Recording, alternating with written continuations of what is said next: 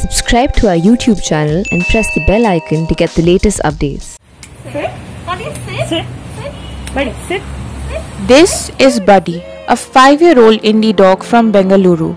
Last month, after Buddy lost his 87-year-old pet parent to COVID, the Bengaluru-based animal welfare organization Let's Live Together posted about the pooch on Instagram. The post went viral and Buddy was soon placed in a foster home where the print caught up with him. So about a month and a half ago, he actually got COVID, the owner, and he was really sick. He was in the hospital for about a week, and it's only a week later that we got to know, and we immediately rushed to go see him. So Buddy had been alone for about 2 weeks then without the owner. He was quite traumatized. He had I think the gardener looking after him, but nobody as such from the house who was looking after him. So it was really difficult to kind of find out if he was being fed properly, if he was getting the right kind of nutrients and stuff like that. And of course he hadn't met the owner, who was very close to him, in almost 2 weeks. So when we actually went to check on Buddy, he was in a really bad state, extremely mentally traumatized. He wasn't coming to us. We spent about 2-3 hours just to sit there, coax him, make friends. We were about 3 people who went, so he was super traumatized just to have not met anybody in those 2 weeks. Super cool dog, always wants to get cuddled and everything. And meanwhile we were posting about him, asking for help, because we identified that the most important thing was to get him into a great home, because he was already 5 years old, which meant that his opportunities definitely were a lot different from puppies who we usually deal with.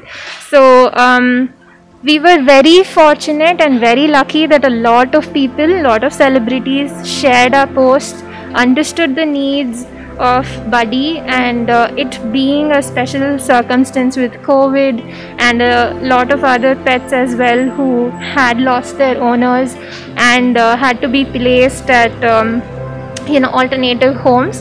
They were a lot supportive and understood the situation and really helped us plead his case for adoptions. And I have to tell you, those few days we had so many requests pouring in, and we had so many people asking for adoptions, not just from Bangalore, not just from India, but even outside of India.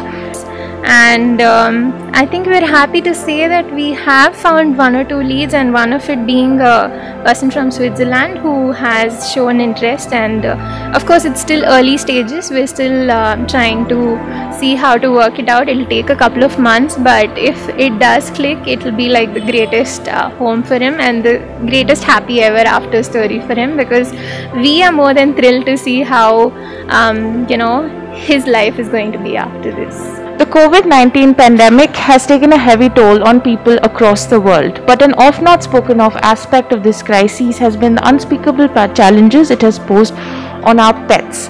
While on the one side the lockdown has led to an increase in the number of pet adoptions, on the other side several pets have been left without owners as they have been abandoned or they have succumbed to the virus.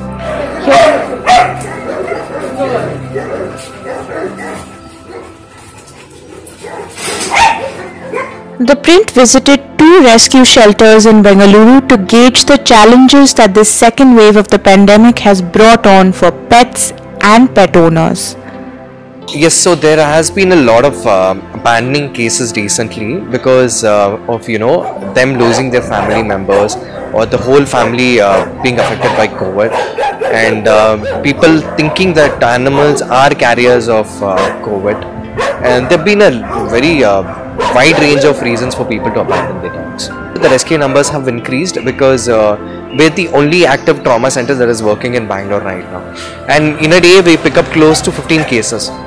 And see, our housing capacity can house close to 120 to 130 dogs, but wherein right now we have close to 170. So this is way beyond our housing capacity. And what happens is, when we don't have proper housing capacity, there are risks of cross-infection. If one dog is already exposed to an infection, so because we don't give them ample amount of space in between them, it can easily start spreading from one dog to another. unfortunately, I would say hasn't been any support from the government, but we do have support from the local animal welfare, our AD and the joint directors who have been supporting us. But other than that, from mainstream government, not much of support. So recently we've had a lot of cases where the owners have been affected by the virus, either directly or their relatives have gotten affected, and the dogs have been given up to us. Unfortunately, recently we've had about 4-5 cases where the owners have passed away, and the dogs don't have anybody to be looked after, and so the dogs have come to us.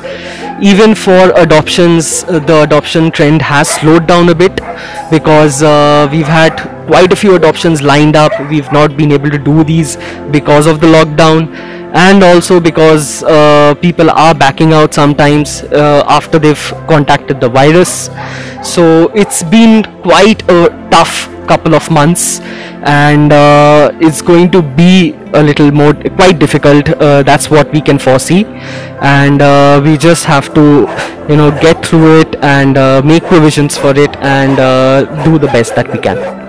All the centers, yes, absolutely full capacity. Not only full capacity, we're running much more than what the centers been designed for. Plus the staff also is lesser than what we used to have pre-pandemic. So it's a very difficult situation right now. We are managing, but unfortunately there are lots of cases where you just cannot say no to, and because the dogs have lost their parents, the dogs don't know who's going to be looking after them. In these situations you can't say no. So yeah, all centers all over are just out of capacity. Yeah. While Buddy's story might still have a happy ending, the fate of several dogs have been left in limbo because of the recent spate of cases and deaths. Beyond these rescue shelters, independent animal rescuers have also been pulling all the stops in their attempts to rehome the pets who have been abandoned. But with little to no help from the government and the pandemic stretching on, the future of these pets for now looks uncertain. Reporting from Bengaluru, this is Angana Chakrabarti for The Print.